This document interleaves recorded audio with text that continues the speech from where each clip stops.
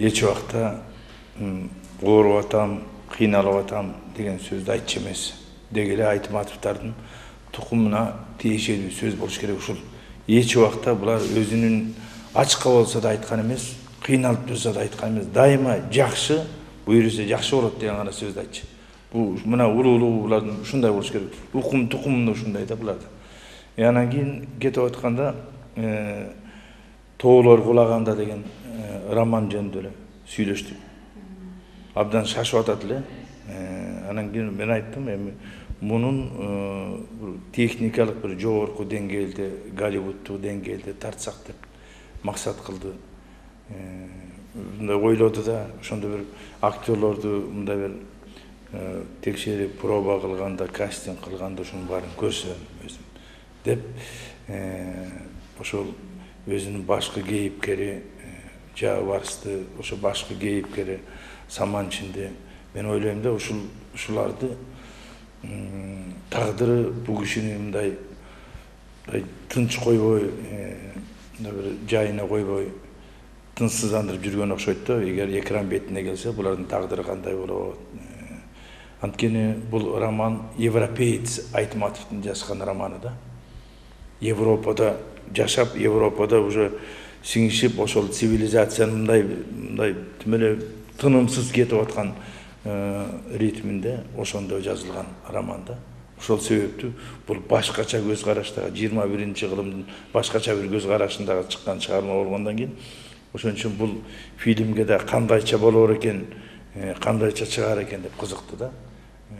Мен азыр ойлойм, Айтматов ошонун алдында эле мен чоң казатты угуп, көрүп, анан ушу Саманчиндин өлүмү, Жабарстын өлүмү, баягы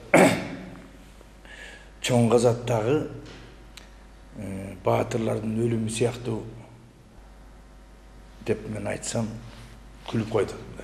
Эми аны бир өзүнчө бир учур көрсөтөр деп. Эми азыр ошол сөз мына азыр дал өзүнө келип отурат да. Чоң казаттагыдай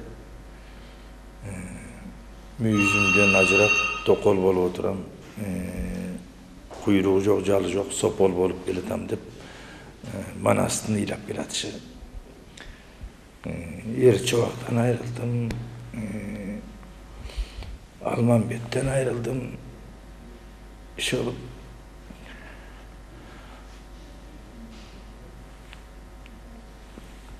азыр биз дагы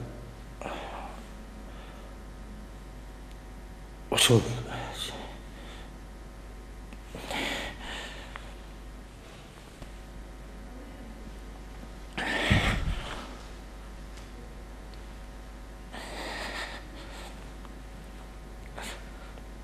чоң казаттай болуп турабыз да.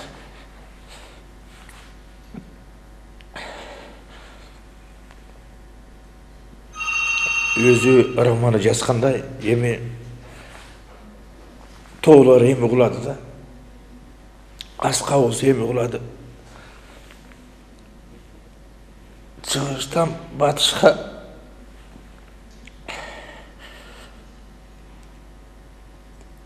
батыштан чыгышка кеткен поезд токтоп калды. Эми баарыбыз ошол бекетте келип улуу инсанды, улуу залкар жазуучубузду узатып атабыз. Айтканга кудурет келбей, кечирип коюңуздар. Кыйындап болуп турат. Мен азыр Айтматовдун кейипкерлери дагы ушул тапта, ошол кабырынын башында, ошол 40 чоро, ошол Манас Айтматовдун кабырынын башында турган болуш керек. Себеби дүйнөгө Манасты Айтматов алып чыгып, кыргыздын ким экенин Айтматов алып чыкты. Кудай кыргыздарды жаратса, кыргыздар Айтматовду жаратты. Мына ушул эки тотум түбөлүктү бири-биринен ажырагыс.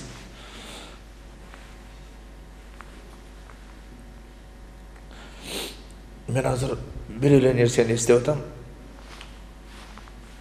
Darkan talada Karanar Edigeydi joktap, Gülsarat Tanabaydı joktap kelatkanday, esini joktap kelatkanday.